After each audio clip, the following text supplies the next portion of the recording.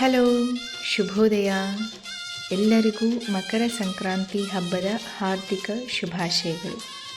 ನಮಗೆಲ್ಲ ಗೊತ್ತಿರೋ ಹಾಗೆ ಸಂಕ್ರಾಂತಿ ಹಬ್ಬ ಅಂದ ತಕ್ಷಣ ನೆನಪಾಗೋದು ಸಿಹಿ ಪೊಂಗಲ್ ಅಲ್ವಾ?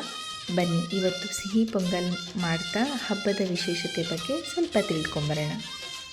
ಪುರಾಣಗಳ ಪ್ರಕಾರ ಸೂರ್ಯನ ಶಕ್ತಿಯಿಂದ ಉಗಮವಾದ ಸಂಕ್ರಾಂತಿ ಎಂಬ ಒಬ್ಬ ದೇವತೆ ಶಂಕರಾಸುರ ಎಂಬ ರಾಕ್ಷಸನನ್ನು ಸಂಹರಿಸ್ತಾರೆ.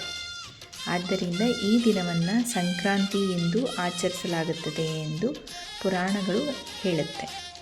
ಆದರೆ ಖಗೋಳಶಾಸ್ತ್ರ ಏನು ಹೇಳುತ್ತೆ ಅಂದರೆ, ಈ ದಿನ ಸೂರ್ಯನು ಧನುರಾಶಿಯಿಂದ ಮಕರ ರಾಶಿಗೆ ಪ್ರವೇಶಿಸ್ತಾನೆ.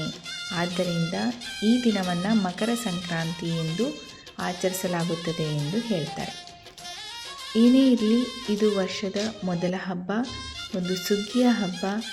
ಎಲ್ಲರ ಬಾಳಲ್ಲಿ ಈ ಸುಗ್ಗಿಯ ಹಬ್ಬ ಸಿಹಿಯನ್ನು ತುಂಬಲಿ, ಹಾಗೆ ಎಲ್ಲರ ಬದುಕಲ್ಲೂ ಅಂದುಕೊಂಡದ್ದೆಲ್ಲ ಸಿಗಲಿ ಅಂತ ಹೇಳ್ತಾ ಮತ್ತೊಮ್ಮೆ ನಿಮ್ಮೆಲ್ಲರಿಗೂ ಸಂಕ್ರಾಂತಿ ಹಬ್ಬದ ಹಾರ್ದಿಕ ಶುಭಾಶಯಗಳು.